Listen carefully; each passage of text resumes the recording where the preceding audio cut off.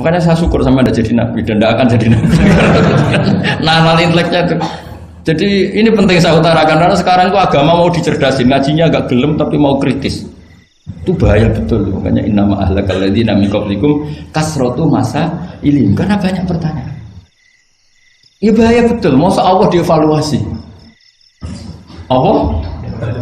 Makanya saya termasuk gak senang ketika ada sholat gini peregangan apa pernafasan, terus kalau sujud apa saya tidak senang. Tidak senang saya gini, nanti sholat lama-lama fungsinya kayak senam yoga. Gini saja, semua yang diperintahkan Allah pasti ada hikmahnya, saya yakin ada hikmah. Tapi tidak usah hikmah ini jadi tujuan. Kalau nanti jadi tujuan, terus orang bilang gini, itu sholat terus sakit, yang nggak sholat sehat, habis kamu. Ya kan?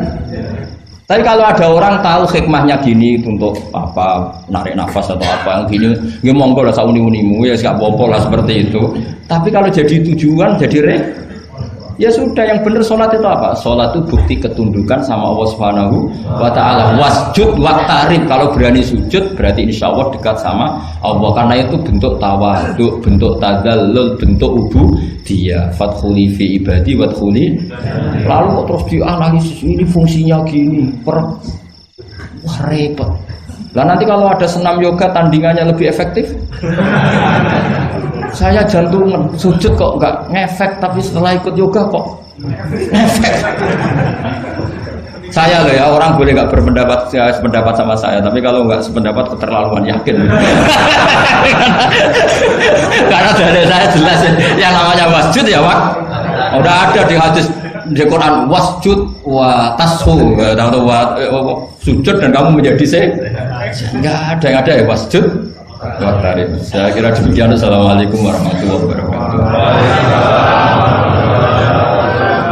Apa langsung selesai aja? Ya. Masalah keimanan. Tanya apa ngeluh? Kalau tanya boleh ya gimana? Masalah keimanan tentang qada dan qadar. Oh iya. Kalau qada dan qadar itu kita sudah ditentukan oleh Allah, kenapa masih dimintai pertanggungjawaban? Tidak. Oh iya. Betul. Ya seperti mukadimah saya tadi ya. Jadi ngaji itu harus kafah. Kafah itu artinya komplit. Jadi Nabi dalam banyak hal yang momennya tepat ya menganalisis dengan qada qadar, tapi dalam banyak hal juga melarang orang membicarakan qada qadar. Jadi misalnya gini, kamu kadung ditakdir pernah punya dosa dan kamu ingin tobat, maka dosa yang masa lalu anggap saja qada qadar, terus keinginan tobat itu anggap aturan syariat. Jangan lalu setelah qada qadar kamu tidak berkeinginan tobat. Ini penting saya utarakan karena Nabi itu ngendikan pasti dua kali. Saya jamin di setiap konteks sosial Nabi pasti ngendikan dua kali. Dua kali itu dua solusi. Nabi pernah ngendikan idza dzikral qadar fa'amsiku wa idza dzikra ashabi fa'amsiku. Jika umatku telah menjustifikasi qada dan qadar fa'amsiku, kamu jangan ikut-ikut. Karena nanti akan yang zina nggak apa-apa, saya sudah qada qadar, yang maling ya nggak apa-apa karena sudah qada. Wah bahaya, bisa hancur syariat kalau seperti itu. Tapi ada banyak hal yang Nabi mengisnadkan itu ke qada qadar. Kayak cerita Nabi Musa dan Nabi Adam. Ada kan di hadis Sahih itu jelas. Ini dengerin, ini betul di hadis Sahih. Nabi Musa itu saking Israelnya, memang beliau orang apa? Pertama, semua Nabi kan pasti ngalami diangkat ke alam roh. Nabi loh ya, tidak sampean Nabi. Sama tidak usah ambisi begitu, Nabi ini. Ketika beliau diangkat di alam roh itu ketemu Nabi Adam. Padahal Nabi Adam kan Abul Basar, tokoh utama ada. Pertama ketemu langsung ngomong gini, anta Adam, kamu betul yang namanya Adam? Ya saya Adam. Antal ladzi akhrajtan nasa minal jannati wa asqaitahum. Siapa hadisnya? Antal ladzi akhrajtan nasa minal jannati wa asqaitahum. Gara-gara kamu orang enggak hidup di surga. Jadi kalau sampean marah gara-gara kamu, saya harus cari uang sampai Korea. Coba kalau kita masih di surga, enggak perlu kerja di mana? Karena semuanya tersediakan, enggak punya istri jelek, semuanya cantik karena bidadari. Gara-gara jenengan kita harus keluar di bumi dan keluar dari surga. Nabi Adam itu karena orang sepuh ya, beliau santai saja. Anta Musa, kamu betul Musa? Ya saya Musa. Anta kalimu, ya saya kalimu. Anta Sofio, ya saya. Nabi Adam masih muji-muji. Ini pentingnya orang bijak. Jadi kalau sama nanti ngelawan saya tetap bijak insya Allah. Tapi sampai bisa neraka, ngelawan kiai itu dosa.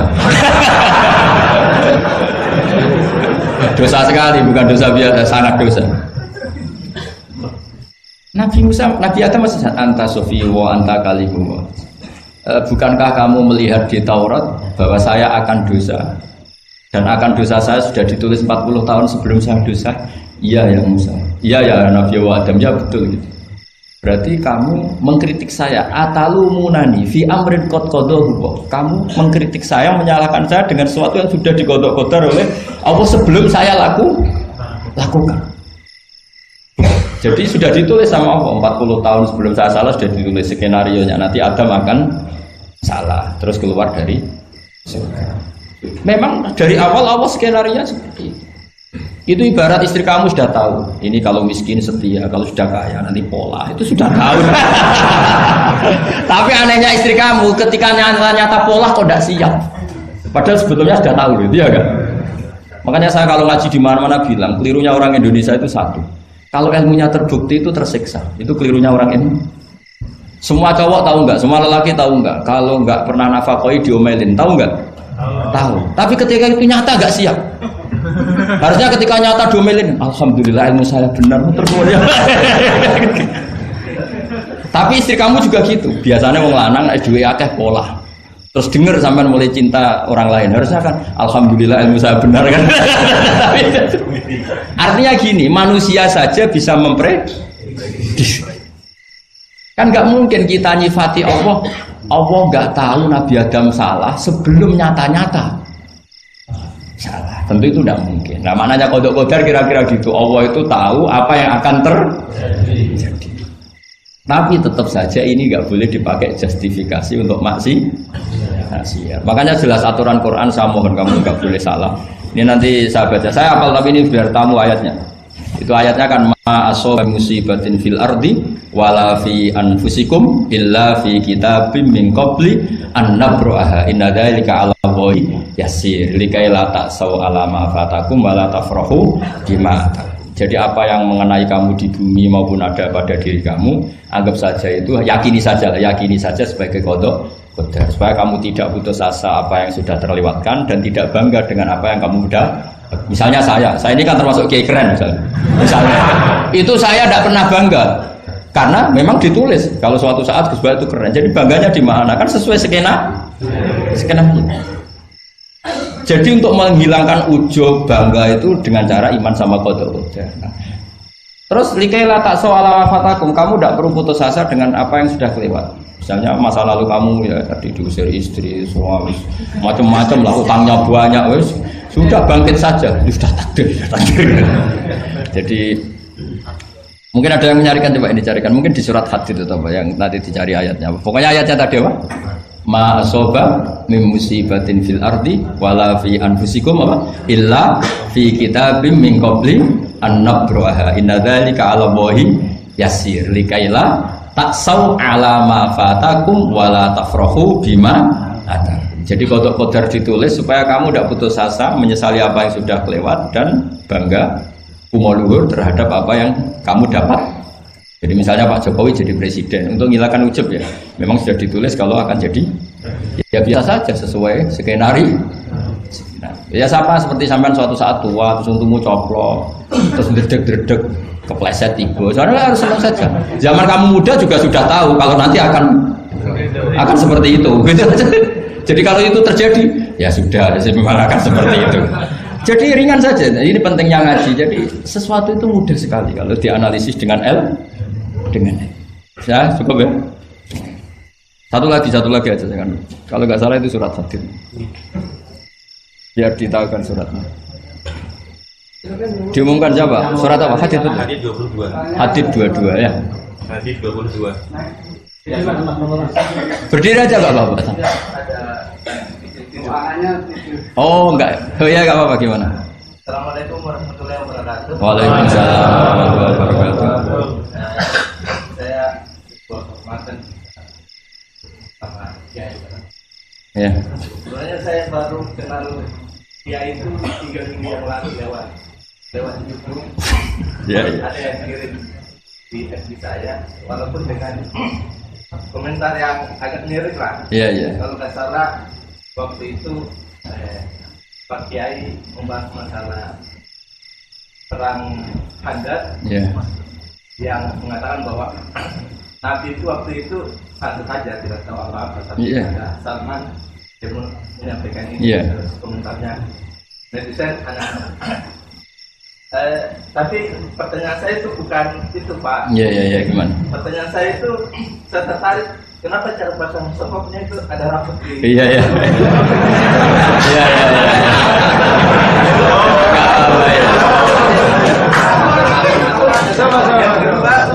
Yang kedua, sebenarnya hal umum. Saya bukan ahli Al-Quran, tapi ada ayat yang mengatakan bahwa sampaikanlah dari aku meskipun satu ayat itu walaupun enggak. Itu cuma satu ayat dari aku balihu anni walau ayat. Yang itu menurut saya menjadi dengan dunia medsos saat ini orang yang betul-betul mungkin bukan cuma sekedar satu ayat, cuma satu kata itu di broadcast yang mungkin memacu perdebatan. Makanya ini begini, namanya siapa? Sulaiman. Begini saja, ini saya jawab. Tapi ini ringan, sama relax saja santai. Jadi memang tradisi ulama sama masyarakat itu beda. Jadi kalau Nabi dikatakan tidak tahu dalam konteks tertentu itu malah madh. Madh itu memuji. Karena tadi syaratnya Nabi harus ummi. Ummi itu kan keibu-ibuan.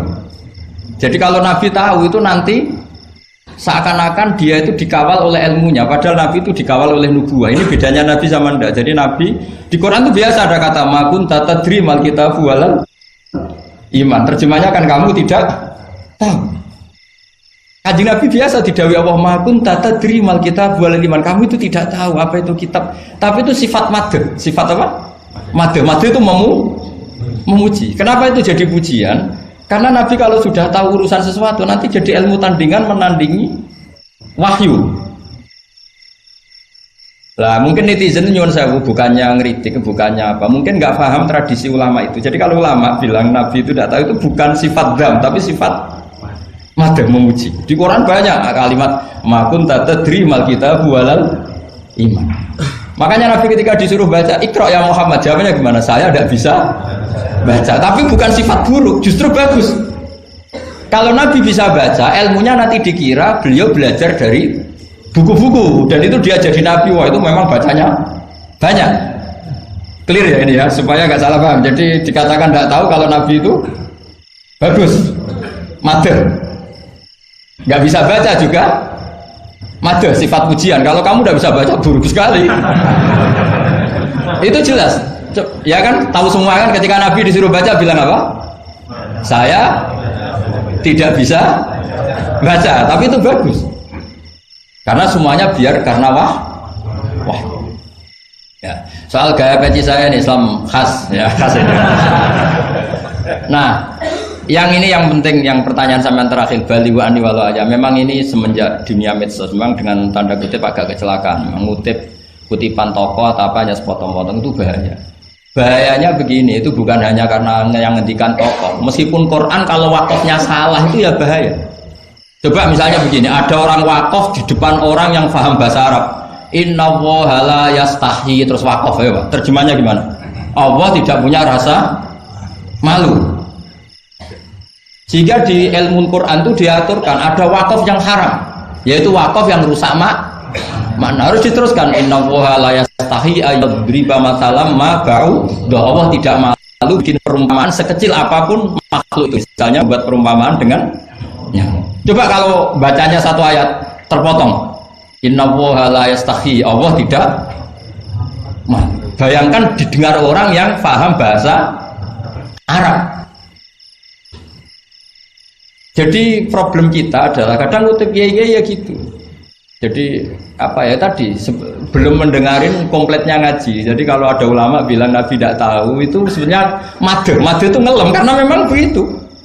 Makanya Allah bilang apa? Makun tatadri mal kitab walal iman. Muhammad kamu tidak tahu apa yang maknanya kitab, maknanya iman. Tapi nggak tahu ini untuk Nabi kelebihan karena kalau Nabi tahu dulu berarti ilmunya sebagian diserap dari Taurat dan Injil dari yang macam-macam. Makanya dulu orang kafir kalau ngeritik Nabi kan walaqad na'lamu annahum yaquluna innama yu'allimuhu basar. Muhammad pinter macam pernah belajar. Terus Allah menjawab, Muhammad enggak pernah belajar, bahkan baca saja tidak. Jadi kalau Nabi dikatakan nggak bisa baca, nggak tahu itu madh. Saya ulang lagi, untuk Nabi itu madh. Sehingga semua yang dilakukan Nabi in huwa illa wahyu yuha, semua hanya berdasar wahyu. Ini bedanya Nabi dengan selain Nabi. Makanya Nabi itu nggak pernah baca, nggak boleh memang. Karena tadi pasti ini jadi ilmu tandingan. Itu bahaya kalau untuk Nabi, supaya semuanya orisinil dari Allah. Nabi itu sama Allah dikosongkan, semuanya kosong. Semuanya dari ilmu yang diwahyukan oleh Allah Subhanahu wa taala, jelasnya.